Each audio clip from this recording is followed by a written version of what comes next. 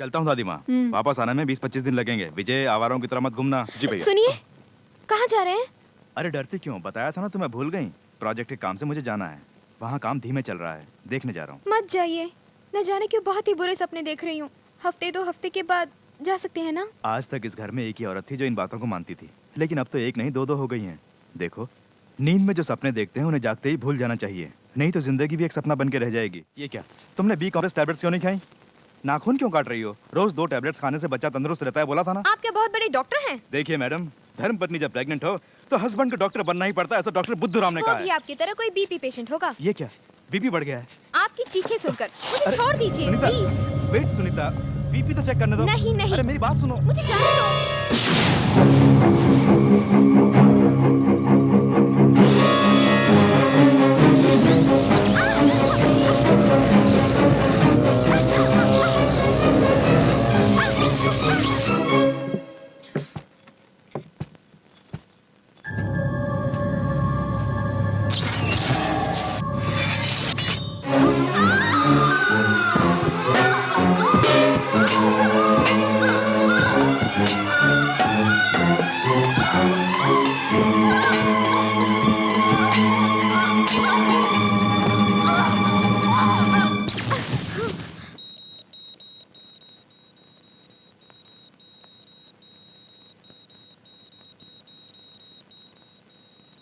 Sorry, बच्चा मर गया है।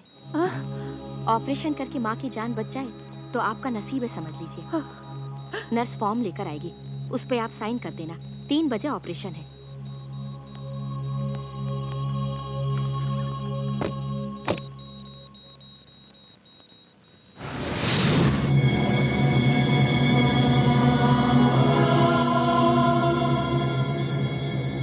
उस शिशु के जन्म नक्षत्र और राशिफल के प्रभाव से सुनीता का कोई कुछ नहीं बिगाड़ पाएगा। मैं अपनी आत्मशक्ति तुम्हें वरदान में दे रहा हूं।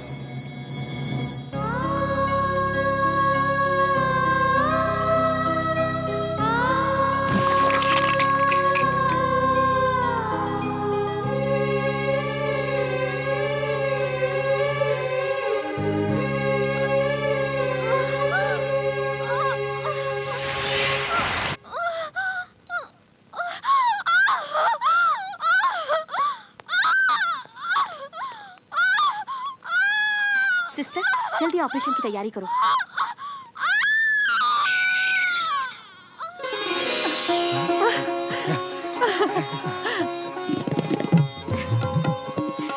लड़का हुआ है।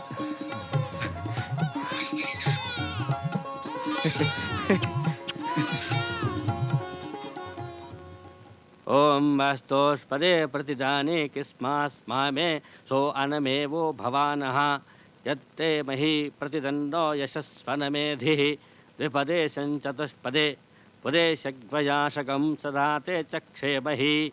बाबूजी, बालक का नाम क्या रखने वाले हैं? इसके दादाजी का नाम रखेंगे, वीरेंद्र सिंह ठाकुर। जी वही। ये नाम चावल पे लिखिए। ओम द्रवंते राजा वरुणो वीरेंद्र द्रवंते सिंह वो बृहस्पति। ठाकुर। बाबूजी, नामकरण के बाद पंचदान करने की प्रथा है, करवाऊं? हम्म।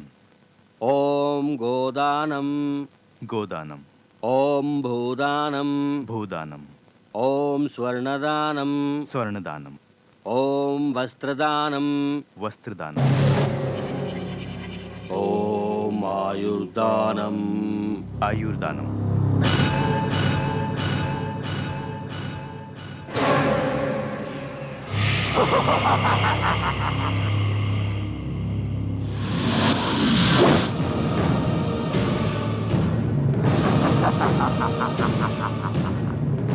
देवी, सुनीता का शिशु होते ही उसके जीवन के कष्ट दूर हो जाएंगे। वो नागराज की भविष्यवाणी आज सत्य होकर अब इस शिशु का नामकरण हो रहा है। इस बात से प्रसन्न हो तुम? गर्भ में इस शिशु को मार दिया था, किंतु अपने पिता की आत्मशक्ति से तुमने उसे पुनर्जीवित कर दिया है ना? कदापि नहीं छोड़ूंगा। तू विजय नहीं होगी, तुझे पराजित करूंगा। देवी, ढाका का मालिक को तृप्त करके तुम्हें 5 क्षण के लिए बंदी बना लिया था। तुम्हारे 5 क्षण तक शक्तिहीन होने के कारण उस मृतक शिशु के शरीर में एक बार पुनः जीवन डालने में तुम्हारा 5 क्षण का समय नष्ट हुआ है देवी। इस कारण शुभ राशि में जन्म लेने वाले उस बच्चे का अशुभ राशि में जन्म हुआ है। उसके ग्रह चक्र के भाग्य के सभी ग्रह उल्टे होकर दुर्भाग्य में परिवर्तित होकर वो पिता की मृत्यु का कारण बना है।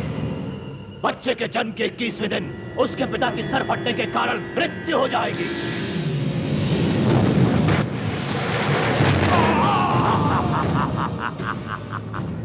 ये मेरी खींची हुई मृत्यु रेखा है। उसकी मृत्यु को तुम तो क्या, वो विधाता भी बदल नहीं सकता, कदापि नहीं। बच्चा मर गया तो सुनीता का एक और बच्चा हो सकता है। यदि पति मर गया, यदि सुहाग ही मिट गया, तो वो ही नरकी यातना है स्त्री के लिए। उसे देखकर तो घुट घुट कर विलाप करती रहेगी। देवी, विजय मेरी हुई है, देवी पराजित हुई है। हाँ, मैं विजयी हुआ।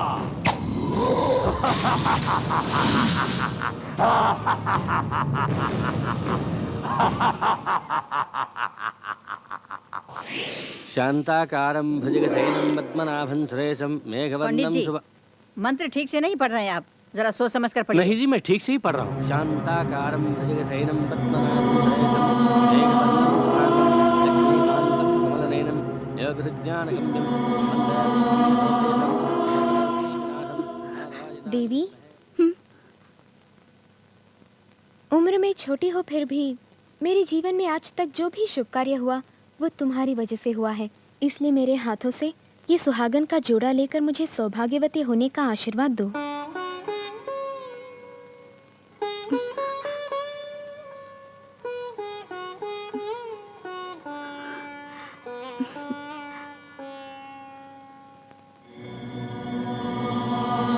उसकी मृत्यु को तुम तो क्या, वो विधाता भी बदल नहीं सकता।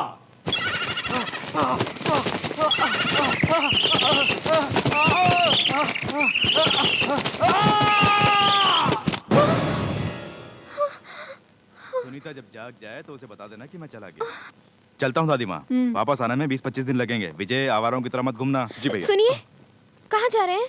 अरे डरती क्यों, बताया था ना तुम्हें, भूल गई? प्रोजेक्ट के काम से मुझे जाना है, वहाँ काम धीमे चल रहा है, देखने जा रहा हूँ। मत जाइए, न जाने क्यों बहुत ही बुरे सपने देख रही हूँ। हफ्ते 2 हफ्ते के बाद जा सकते हैं ना? आज तक इस घर में एक ही औरत थी जो इन बातों को मानती थी, लेकिन अब तो एक नहीं 2-2 हो गई हैं। देखो, नींद में जो सपने देखते हैं उन्हें जागते ही भूल जाना चाहिए, नहीं तो जिंदगी भी एक सपना बन के रह जाएगी। तुम घबराओ मत, बच्चे का ख्याल रखना। उनका कहना ये है। तुम चलो, बाय सुनिए सुनीता। तो अपना ख्याल रखना। देखिए ना, मेरी बात टाल कर जा रहे हैं वो। दिल कहता है कि कुछ होने वाला है, जरूर कुछ होने वाला है। मन में बुरे ख्याल आ रहे हैं, मेरा जी घबरा रहा है। दादी माँ, ऐसा कुछ नहीं होगा बेटी। नामकरण के दिन मैंने मन्नत मानी थी कि गांव के मंदिर में देवी देवताओं के लिए नैवेद्य चढ़ाऊंगी। मैं तो बड़ी भुलक्कड़ हूँ, भूल गई। तुम आज रात को ही जाके मन्नत पूरी करो, ऐसे बुरे सपने कभी नहीं आएंगे।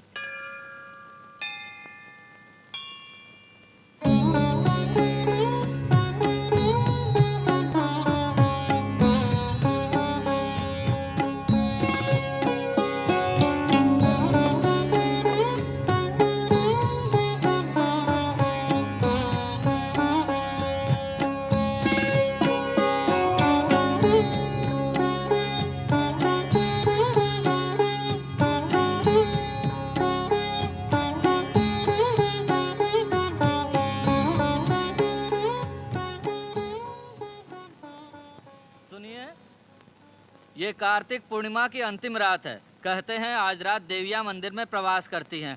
आप सब बाहर जाइए, द्वार बंद करने हैं।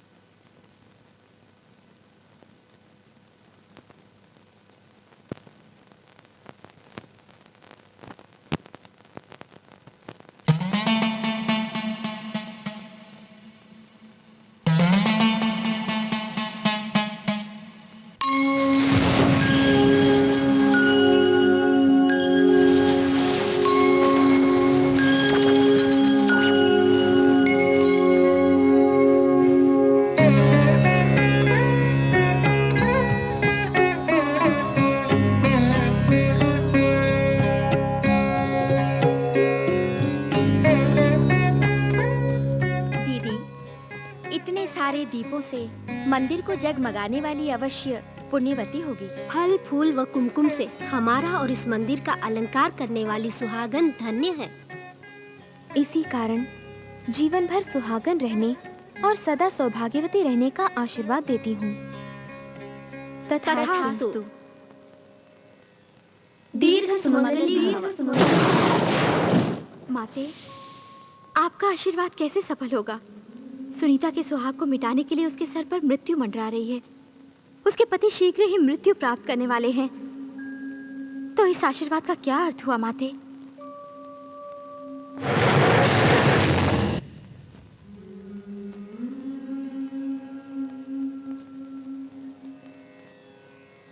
सब कुछ अपने त्रिनेत्र से देख लिया है हमने। तुमने जो बंधन जोड़ा है वो कभी नहीं टूटेगा। विधाता भी इस विपत्ति को नहीं बदल सकता, तो उसे कौन बचाएगा? कोई भी युग हो, काल चक्र कितना भी चले, स्त्री का जीवन दुख से व्याप्त है। ये संकट टल सकता है। इसे बचाना कठिन है लेकिन मार्ग है, इसलिए उसे दीर्घ सुमंगली होने का आशीर्वाद दिया है। तथास्तु। ऐसा है तो आपका वचन सत्य होगा। सुनीता का सुमंगली रहने का मार्ग क्या है, मुझे बताइए माते। यह अखंड सौभाग्य का व्रत है। हिमालय के शिखर पर जहाँ देवतागण प्रवास करते हैं, तीनों लोकों की सृष्टि करने वाली माता पराशक्ति विराजमान है। वह जगन माता अमृत वर्षिणी है, करुणा स्वरूपिणी है। उसके समक्ष नवरात्रि के उन 9 दिनों में नियम निष्ठा से ब्रह्मचर्य रख के, समय को भंग न करके उस व्रत का आचरण करना है। वहाँ दैवी गंगा में स्नान करो, गुफा में बरसने वाले हल्दी कुमकुम से अर्चना करो। उसके पश्चात अंग प्रदक्षिणा से आराधना करके उस माता की प्रार्थना करोगी तो वो प्रसन्न होंगी। और नवरात्रि के अंत में उस देवी माँ की कृपा कटाक्ष द्वारा एक अखंड ज्योति प्रज्वलित होगी। इससे वो मृत्युंजय होगा। जिस समय वो ज्योति प्रकाशित होगी, उसके पति के सर से संकट टल जाएगा। यदि व्रत की नियम निष्ठा में रुकावट आई या 9 दिन के अंदर व्रत का पालन नहीं हुआ तो देवी क्रोधित हो जाएगी, शुभ कार्य अशुभ हो जाएंगे। ठीक है, मैं ये व्रत सुनीता से अवश्य रखवाऊंगी, किंतु साधारण मनुष्य का उस प्रांत में पहुंचना संभव नहीं। मेरे लिए तो संभव होगा ना। सुनीता से घर में व्रत रखवाऊंगी, उस प्रांत में मैं जाऊंगी। तुम्हें वो अधिकार नहीं है। इस व्रत को मंगलसूत्र के पवित्र बंधन में बंधी हुई स्त्री ही रख सकती है। घर से संबंधित व्यक्ति ही व्रत रख सकता है। नागलोक से आई नाग कन्या हो तुम इस भूलोक में सुहागन कैसे बन सकती हो? उस घर से तुम्हारा संबंध कैसे जुड़ेगा?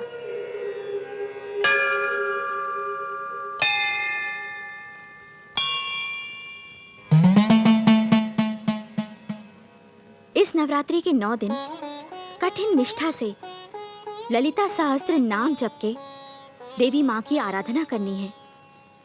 इस व्रत की पूर्ति होने तक तुम घर से बाहर कदम नहीं रखोगी। काम की भावना मन में ना आए, इसलिए पति को भी पवित्र भावना से देखना होगा। तुलसी की तरह पवित्र रहना होगा, सावित्री की तरह अटल रहना होगा। व्रत के पूरे होने तक यानी 9 दिनों तक ये 9 दिए कभी बुझने नहीं चाहिए। यदि इसमें तुम सफल हुई तो कोटि कोटि जन्मों का सौभाग्य तुम्हें इसी जन्म में प्राप्त होगा। सदा सुमंगली बनी रहोगी।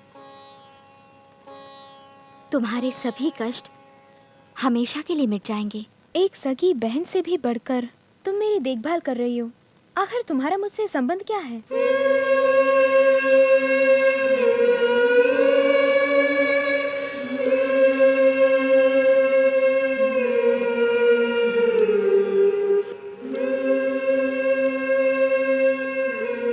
संबंध होगा, जरूर होगा, हम दोनों का संबंध होगा। इस घर से मुझे रिश्ता जोड़ना होगा।